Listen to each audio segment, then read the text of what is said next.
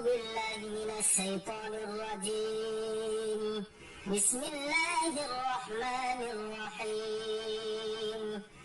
سيقول السفهاء من الناس ما ولاهم عن قبلتهم التي كانوا عليها قل لله المشرق والمغرب يهدي من يشاء إلى صراط مستقيم وكذلك جعلناكم أمة وسطا لتكونوا شهداء على الناس ويكون الرسول عليكم شهيدا وما جعلنا القبلة التي كنت عليها إلا لنعلم من يتبع الرسول ممن ينقلب على عقبيه وإن كانت لكبيرة إلا على الذين هدى الله وما كان الله ليضيع إيمانكم إن الله بالناس لرؤوف رحيم. قد نرى تقلب وجهك في السماء فلنولينك قبلة ترضاها فول وجهك شطر المسجد الحرام وحيث ما كنتم فولوا وجوهكم شطرا وإن الذين أوتوا الكتاب ليعلمون أنه الحق من ربهم وما الله بغافل عما يعملون. ولئن آتيت الذين أوتوا الكتاب بكل آية ما تبعوا قبلتك وما أنت بتابع قبلتهم وما بعضهم بتابع قبلة بعض ولئن اتبعت أهواءهم من بعد ما جاءك من العلم إنك إذا لمن الظالمين. الذين آتيناهم الكتاب يعرفونه كما يعرفون أبناءهم وإن فريقا منهم ليكتمون الحق وهم يعلمون. الحق من ربك فلا تكونن من الممترين ولكل وجهة هو موليها فاستبقوا الخيرات أينما تكونوا ويأتي بكم الله جميعا إن الله على كل شيء قدير. ومن حيث خرجت فول وجهك شطر المسجد الحرام وإنه للحق من ربك وما الله بغافل عما تعملون. ومن حيث خرجت فول وجهك شطر المسجد الحرام وحيث ما كنتم فولوا وجوهكم شطرا لئلا يكون للناس عليكم حجة إلا الذين ظلموا منهم فلا تخشوهم واخشوني ولأتم نعمتي عليكم ولعلكم تهتدون. كما أرسلنا فيكم رسولا منكم يتلو عليكم آياتنا ويزكيكم ويعلمكم الكتاب والحكمة ويعلمكم ما لم تكونوا تعلمون فاذكروني أذكركم واشكروا لي ولا تكفرون. يا أيها الذين آمنوا استعينوا بالصبر والصلاة إن الله مع الصابرين ولا تقولوا لمن يقتل في سبيل الله أموات بل أحياء ولكن لا تشعرون. ولنبلونكم بشيء من الخوف والجوع ونقص من الأموال والأنفس والثمرات وبشر الصابرين الذين إذا أصابتهم مصيبة قالوا إنا لله وإنا إليه راجعون. أولئك عليهم صلوات من ربهم ورحمة وأولئك هم المهتدون. إن الصفا والمروة من شعائر الله فمن حج البيت أو اعتمر فلا جناح عليه أن يطوف بهما ومن تطوع خيرا فإن الله شاكر عليم. إن الذين يكتمون ما أنزلنا من البينات والهدى من بعد ما بيناه للناس في الكتاب أولئك يلعنهم الله ويلعنهم اللاعنون. إلا الذين تابوا وأصلحوا وبينوا فأولئك أتوب عليهم وأنا التواب الرحيم. إن الذين كفروا وماتوا وهم كفار أولئك عليهم لعنة الله والملائكة والناس أجمعين خالدين فيها لا يخفف عنهم العذاب ولا هم ينظرون وإلهكم إله واحد لا إله إلا هو الرحمن الرحيم. إن في خلق السماوات والأرض واختلاف الليل والنهار والفلك التي تجري في البحر بما ينفع الناس وما أنزل الله من السماء من ماء فأحيا به الأرض بعد موتها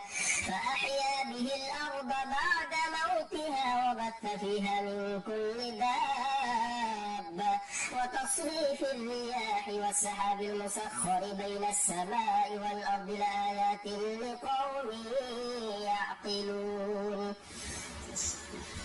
ومن الناس من يتخذ من دون الله أندادا يحبونهم كحب الله والذين آمنوا أشد حبا لله ولو يرى الذين ظلموا إذ يرون العذاب أن القوة لله جميعا وأن الله شديد العذاب إذ تبرأ الذين اتبعوا من الذين اتبعوا ورأوا العذاب وتقطعت بهم الأسباب وقال الذين اتبعوا لو أن لنا كرة فنتبرأ منهم كما تبرأوا منا كذلك يريهم الله أعمالهم حسرات عليهم وما هم بخارجين من النار. يا أيها الناس كلوا مما في الأرض حلالا طيبا ولا تتبعوا خطوات الشيطان إنه لكم عدو مبين. إنما يأمركم بالسوء والفحشاء وأن تقولوا على الله ما لا تعلمون وإذا قيل لهم اتبعوا ما أنزل الله قالوا بل نتبع ما ألفينا عليه آباءنا أولو كان آباؤهم لا يعقلون شيئا ولا يهتدون. ومثل الذين كفروا كمثل الذي ينعق بما لا يسمع إلا دعاء ونداء صم بكم عمي فهم لا يعقلون. يا أيها الذين آمنوا كلوا من طيبات ما رزقناكم واشكروا لله إن كنتم إياه تعبدون. إنما حرم عليكم الميتة والدم ولحم الخنزير وما أهل به لغير الله فمن اضطر غير باغ ولا عاد فلا إثم عليه إن الله غفور رحيم. إن الذين يكتمون ما أنزل الله من الكتاب ويشترون به ثمنا قليلا أولئك ما يأكلون في بطونهم إلا النار ولا يكلمهم الله يوم القيامة ولا يزكيهم ولهم عذاب أليم. أولئك الذين اشتروا الضلالة بالهدى والعذاب بالمغفرة فما أصبرهم على النار ذلك بأن الله نزل الكتاب بالحق وإن الذين اختلفوا في الكتاب لفي شقاق بعيد. ليس البر أن تولوا وجوهكم قبل المشرق والمغرب ولكن البر من آمن بالله واليوم الآخر والملائكة والكتاب والنبيين وآتى المال على حبه ذوي القربى واليتامى والمساكين وابن السبيل والسائلين وفي الرقاب وأقام الصلاة وآتى الزكاة والموفون بعهدهم إذا عاهدوا والصابرين في البأساء والضراء وحين البأس أولئك الذين صدقوا وأولئك هم المتقون. يا أيها الذين آمنوا كتب عليكم القصاص في القتلى الحر بالحر والعبد بالعبد والأنثى بالأنثى فمن عفي له من أخيه شيء فاتباع بالمعروف وأداء إليه بإحسان ذلك تخفيف من ربكم ورحمة فمن اعتدى بعد ذلك فله عذاب أليم. ولكم في القصاص حياة يا أولي الألباب لعلكم تتقون. كتب عليكم إذا حضر أحدكم الموت إن ترك خيرا الوصية للوالدين والأقربين بالمعروف حقا على المتقين. فمن بدله بعد ما سمعه فإنما إثمه على الذين يبدلونه إن الله سميع عليم. فمن خاف من موص جنفا أو إثما فأصلح بينهم فلا إثم عليه إن الله غفور رحيم. يا أيها الذين آمنوا كتب عليكم الصيام كما كتب على الذين من قبلكم لعلكم تتقون أياما معدودات. فمن كان منكم مريضا أو على سفر فعدة من أيام أخر. وعلى الذين يطيقونه فدية طعام مسكين فمن تطوع خيرا فهو خير له وأن تصوموا خير لكم إن كنتم تعلمون. شهر رمضان الذي أنزل فيه القرآن هدى للناس وبينات من الهدى والفرقان فمن شهد منكم الشهر فليصم ومن كان مريضا أو على سفر فعدة من أيام أخر يريد الله بكم اليسر ولا يريد بكم العسر ولتكملوا العدة ولتكبروا الله على ما هداكم ولعلكم تشكرون. وإذا سألك عبادي عني فإني قريب أجيب دعوة الداعي إذا دعاني فليستجيبوا لي وليؤمنوا بي لعلهم يرشدون. أحل لكم ليلة الصيام الرفث إلى نسائكم هن لباس لكم وأنتم لباس لهم علم الله أنكم كنتم تختارون أنفسكم فتاب عليكم وعفى عنكم فالآن باشروهن وابتغوا ما كتب الله لكم وكلوا واشربوا حتى يتبين لكم الخيط الأبيض من الخيط الأسود من الفجر ثم أتموا الصيام إلى الليل ولا تباشروهن وأنتم عاكفون في المساجد تلك حدود الله فلا تقربوها كذلك يبين الله آياته للناس لعلهم يتقون. ولا تأكلوا أموالكم بينكم بالباطل وتدلوا بها إلى الحكام لتأكلوا فريقا من أموال الناس بالإثم وأنتم تعلمون. يسألونك عن الأهلة قل هي مواقيت للناس والحج وليس البر بأن تأتوا البيوت من ظهورها ولكن البر من اتقى وأتوا البيوت من أبوابها واتقوا الله لعلكم تفلحون. وقاتلوا في سبيل الله الذين يقاتلونكم ولا تعتدوا إن الله لا يحب المعتدين. وقتلوهم حيث ثقفتموهم وأخرجوهم من حيث أخرجوكم والفتنة أشد من القتل ولا تقاتلوهم عند المسجد الحرام حتى يقاتلوكم فيه فإن قاتلوكم فاقتلوهم كذلك جزاء الكافرين فإن انتهوا فإن الله غفور رحيم. وقاتلوهم حتى لا تكون فتنة ويكون الدين لله فإن انتهوا فلا عدوان إلا على الظالمين. الشهر الحرام بالشهر الحرام والحرمات قصاص فمن اعتدى عليكم فاعتدوا عليه بمثل ما اعتدى عليكم واتقوا الله واعلموا أن الله مع المتقين. وأنفقوا في سبيل الله ولا تلقوا بأيديكم إلى التهلكة وأحسنوا إن الله يحب المحسنين. وأتموا الحج والعمرة لله فإن أحصرتم فما استيسر من الهدي ولا تحلقوا رؤوسكم حتى يبلغ الهدي محله فمن كان منكم مريضا أو به أذى من رأسه ففدية من صيام أو صدقة أو نسك، فإذا أمنتم فمن تمتع بالعمرة إلى الحج فما استيسر من الهدي، فمن لم يجد فصيام 3 أيام في الحج و7 إذا رجعتم، تلك 10 كاملة، ذلك لمن لم يكن أهله حاضر المسجد الحرام. واتقوا الله واعلموا أن الله شديد العقاب.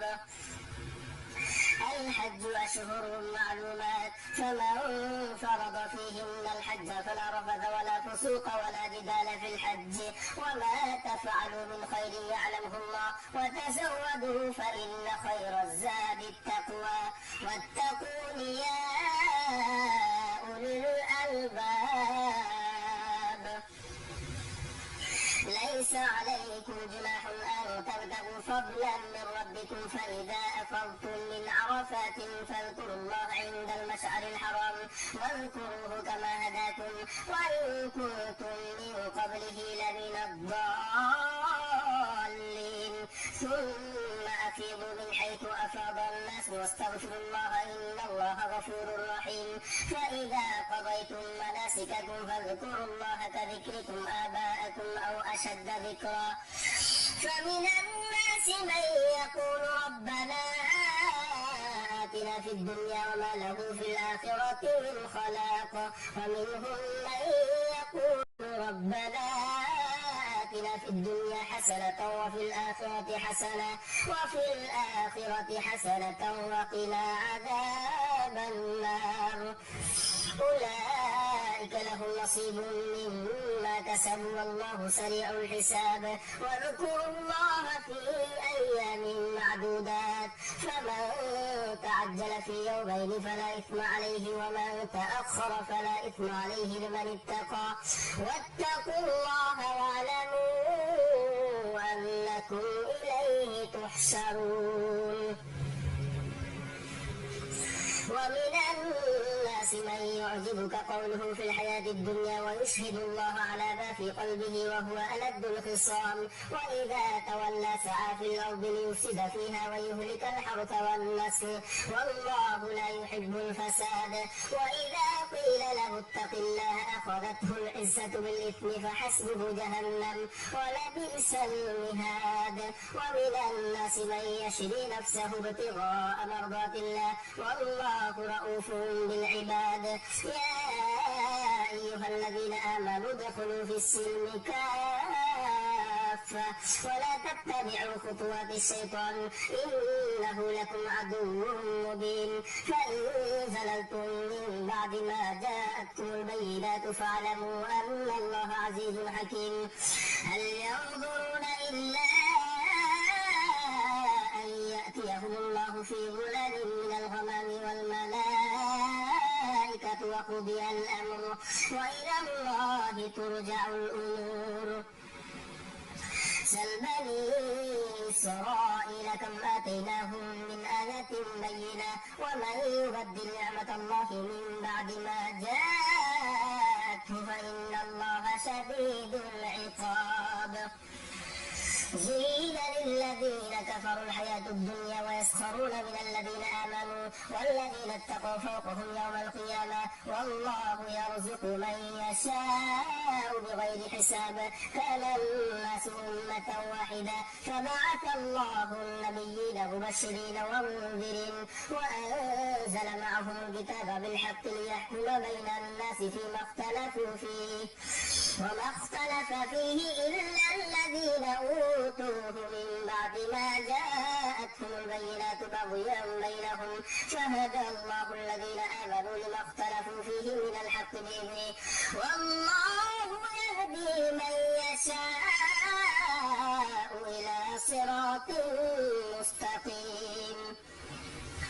أم حسبتم أن تدخلوا الجنة ولما يأتكم مثل الذين خلوا من قبلكم مستهم البأساء والضراء وزلزلوا حتى يقول الرسول والذين آمنوا معه متى نصر الله ألا إن نصر الله قريب.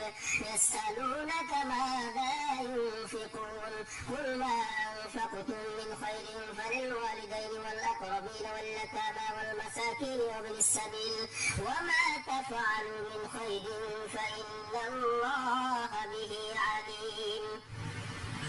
كتب عليكم القتال وهو كره لكم وعسى أن تكرهوا شيئا وهو خير لكم وعسى أن تحبوا شيئا وهو شر لكم والله يعلم وأنتم لا تعلمون. يسألونك عن الشهر الحرام قتال فيه قل قتال فيه كبير وصد عن سبيل الله وكفر به والمسجد الحرام وإخراج أهله منه أكبر عند الله والفتنة أكبر من القتل ولا يزالون يقاتلونكم حتى يردوكم عن دينكم إن استطاعوا ومن يرتد منكم عن دينه فيمت وهو كافر فأولئك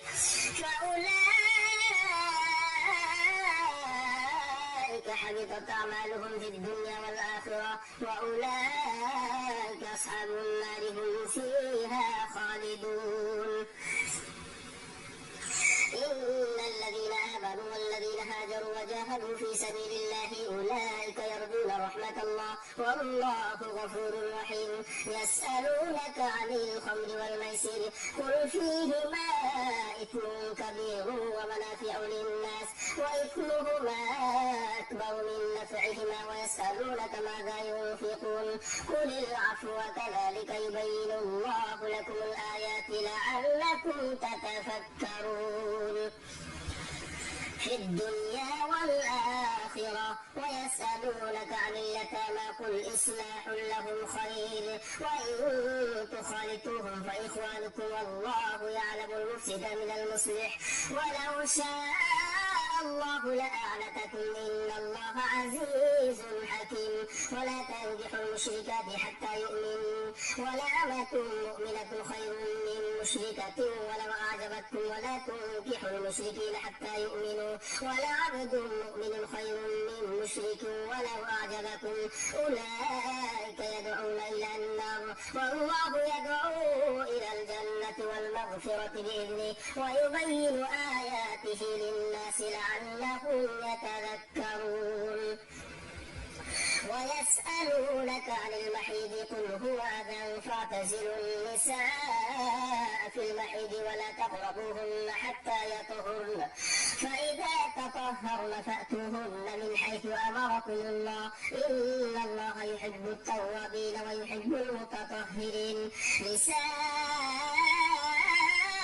حرث لكم فأتوا حرثكم أن شئتم وقدموا لأنفسكم واتقوا الله واعلموا أنكم ملاقوه وبشر المؤمنين.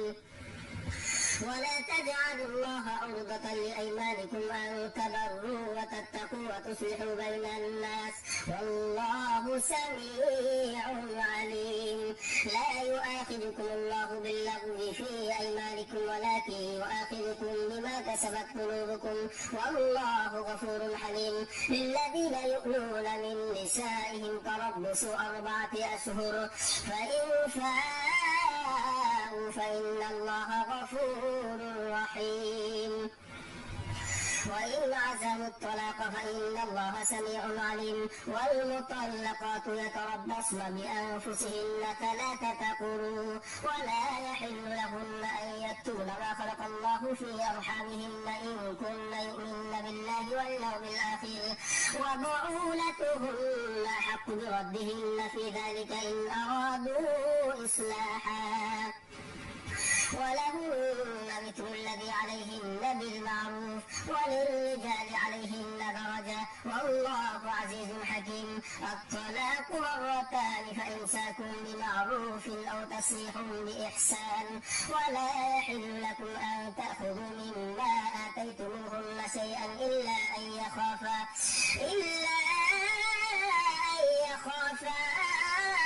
لا يقيم حدود الله فإن خفتم ألا يقيم حدود الله فلا جناح عليهما فيما افتدت به تلك حدود الله فلا تعتدوها ومن يتعد حدود الله فأولئك هم الظالمون. فإن طلقها فلا تحل له من بعد حتى تنكح زوجا غيره، فإن طلقها فلا جناح عليهما أن يتراجعا إن ظنا أن يقيما حدود الله، وتلك حدود الله يبينها لقوم يعلمون. وإذا طلقتم النساء فبلغن أجلهن فأمسكوهن بمعروف أو سرحوهن بمعروف، ولا تمسكوهن ضرارا لتعتدوا، ومن يفعل ذلك فقد ظلم نفسه. ولا تتخذوا آيات الله هزوا واذكروا نعمة الله عليكم وما أنزل عليكم من الكتاب والحكمة يعظكم به، واتقوا الله واعلموا أن الله بكل شيء عليم. وإذا طلقتم النساء فبلغن أجلهن فلا تعضلوهن أن ينكحن أزواجهن إذا تراضوا بينهم بالمعروف، ذلك يوعظ به من كان منكم يؤمن بالله واليوم الآخر، ذلكم أزكى لكم وأطهر، والله يعلم وأنتم لا تعلمون. والوالدات يرضعن أولادهن حولين كاملين لمن أراد أن يتم الرضاعة، وعلى المولود له رزقهن وكسوتهن بالمعروف، لا تكلف نفس إلا وسعها، لا تضار والدة بولدها ولا مولود له بولده، وعلى الوارث مثل ذلك، فإن أرادا فصالا عن تراض منهما وتساؤل فلا جناح عليهما، وإن أردتم أن تسترضعوا أولادكم فلا جناح عليكم إذا سلمتم ما آتيتم بالمعروف، واتقوا الله واعلموا أن الله بما تعملون بصير.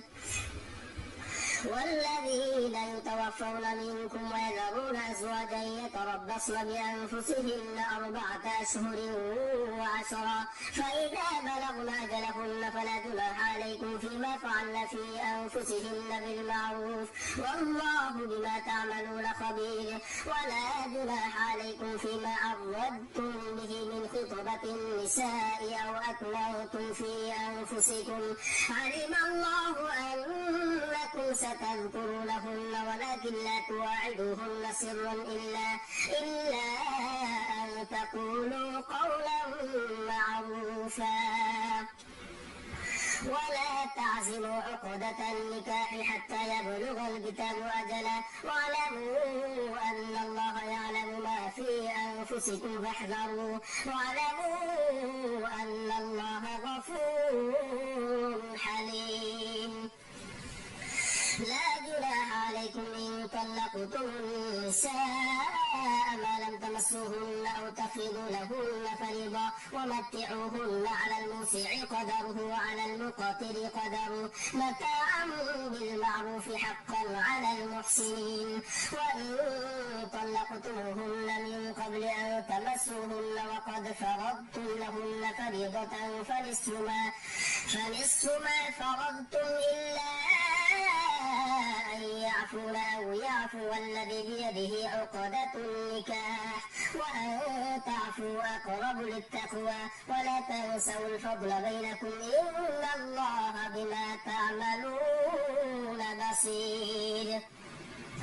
حافظوا على الصلوات والصلاة الوسطى وقوموا لله قانتين، فإن خفتم فرجالا أو ركبانا، فإذا أمنتم فاذكروا الله كما علمكم ما لم تكونوا تعلمون. والذين يتوفون منكم ويذرون أزواجا وصية لأزواجهم متاعا إلى الحول غير إخراج، فإن خرجن فلا جناح عليكم فيما فعلن في أنفسهن من معروف، والله عزيز حكيم. وللمطلقات متاع بالمعروف حقا على المتقين، كذلك يبين الله لكم آياته لعلكم تعقلون.